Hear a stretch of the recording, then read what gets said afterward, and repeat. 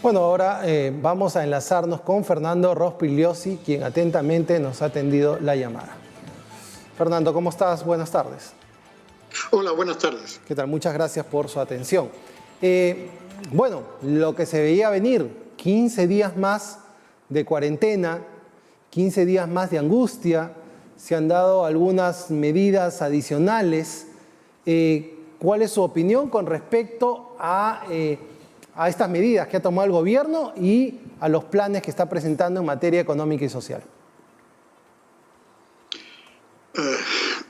Creo que las previsiones del gobierno no se están cumpliendo como era previsible. Es decir, ellos han venido diciendo ya desde hace algún tiempo que el objetivo era lo que llamaban aplanar la curva, es decir, que baje la cantidad de infectados para poder ir controlando el virus. Eso no ha pasado y era evidente que no iba a pasar por la sencilla razón de que la cuarentena es útil, sirve siempre y cuando hayan los medios para disminuir el número de infectados, es decir, que existan las pruebas necesarias y el seguimiento a los pacientes infectados de tal manera que se les pueda aislar y el virus se pueda contener. Eso no está ocurriendo. Las cifras que da el gobierno, ya en realidad los expertos las creen poco, porque las pruebas que hacen no son las adecuadas. Estas pruebas rápidas no sirven realmente para su propósito. Además, las cifras que da el gobierno sobre camas de unidad de cuidados intensivos son también poco creíbles, ¿no? Estamos viendo videos y fotos de, por ejemplo, los policías en los patios, en la cochera de los hospitales, o los ciudadanos en otros hospitales que no tienen lugar para ponerlos. Sí, correcto. Entonces es evidente que no hay las camas de cuidados intensivos que decían que habían. Entonces, en ese sentido, a mí me parece que lo razonable, ya que no era posible contener la expansión del virus, era ir atenuando la cuarentena, es decir, haciendo que algunos sectores productivos empiecen a funcionar. Sí, claro. Sin embargo, hasta ahora eso no está marchando muy lentamente. Entonces tenemos dos problemas que... Fernando, una consulta. ¿Tú crees que el error pueda ser que esta decisión de la primera cuarentena y de ahí todas las decisiones que se fueron tomando, no las debió tomar el gobierno solo, debió consultar a algunas organizaciones sociales, empresariales? Por ejemplo, ¿no? O sea, ¿qué sentido tenía, por ejemplo? Ahora, vamos a abrir los delivery, los restaurantes, en la peor etapa de crisis, cuando hay contagios por los deliveries, cuando se pudo hacer en un primer momento para después preparar, por ejemplo, al gremio de restaurantes, a las mineras, ¿no? Establecer protocolos de salud, porque ahora yo sé que hay una negociación de los empresarios con el gobierno para establecer protocolos de salud y estos son los que recibirán la ayuda o la certificación para que puedan operar, pero se está haciendo en este momento, ¿no? O sea, ¿cómo flexibilizas en un momento cuando ya es mejor ajustar más? Y además que luego de 40 días, como bien dices, no tenemos ni siquiera las herramientas para esta lucha, para esta guerra.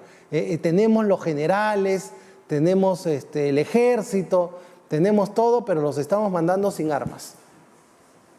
Claro, no existen los medios para cumplir los objetivos. Y ya estamos hablando de los objetivos mínimos. Así es. Yo estoy viendo cómo en la televisión, en los medios, en las redes sociales, se publican fotografías y videos de gente que está saliendo. Hoy día veía por ejemplo, en el sur, en Moquegua, había gente que empezaba a caminar por la carretera, que se iban a sus lugares de origen. En La Victoria, mercados atiborrados de personas. Es decir, y ya no hay manera de controlar eso. Por lo menos todo indica que hay mucho menos policías y militares en las calles, en los lugares de control. Es decir, la capacidad del Estado para ejecutar las medidas que dicta el gobierno cada vez son menos. Así es. Y sin embargo siguen dando medidas. O sea, cosas absurdas. Por ejemplo, recuerda, al principio dijeron, el que viole la regla va a la comisaría y de ahí lo mandamos a la cárcel. Un absurdo. Al final, las comisarías se convirtieron en focos de infección y, por supuesto, las cárceles no pueden mandar a nadie. La cárcel está en una situación crítica. Después dijeron, vamos a multar. A ver, que me digan a cuántos han multado.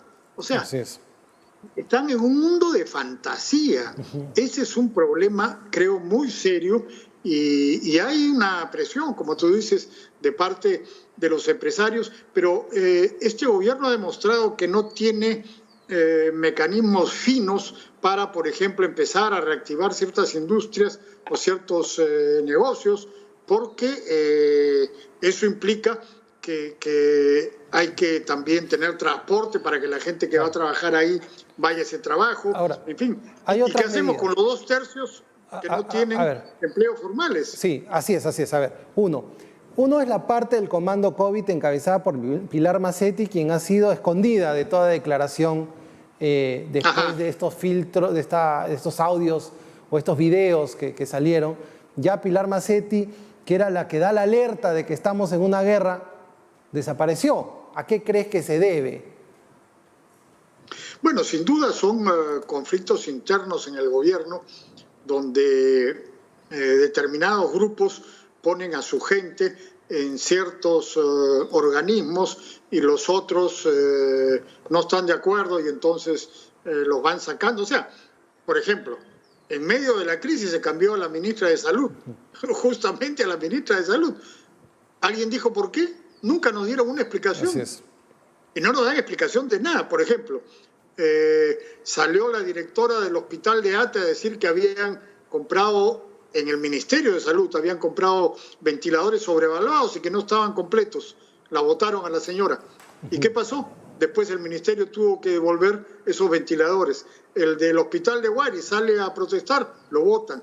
Es decir, estamos en una situación muy o en el complicada. INPE o en cualquier institución, ¿no?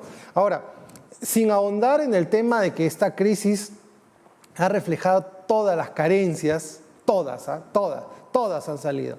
Segundo, se revela de que nuestra clase dirigente ha estado realmente ajena, y hablo de todos, no hay uno que se salve de la clase dirigente del Perú. 3, nos jactamos, o el presidente se jacta en este momento de que el Perú estaba preparado. Él no lo hizo, no lo hicieron los gobiernos anteriores, pero ni tampoco se le puede echar la culpa a Vizcarra de la desgracia que esté pasando. Esto es una emergencia y él tampoco tiene el tiempo para haber hecho las reformas ni nada, ¿no? Pero sí me sorprende cuando se mete a hablar temas políticos, como el tema de la paridad de género, este tema del proyecto de ley de acción popular, en el cual los utilizaron de chivo expiatorio y terminó. O sea, en medio de la crisis nos podemos hablar de la alternancia y paridad. Ahí yo digo, ahí me preocupo y digo, Dios mío, están haciendo política. Están haciendo política y se me están desviando de lo que es lo principal, de lo que es urgente, de lo que es la emergencia.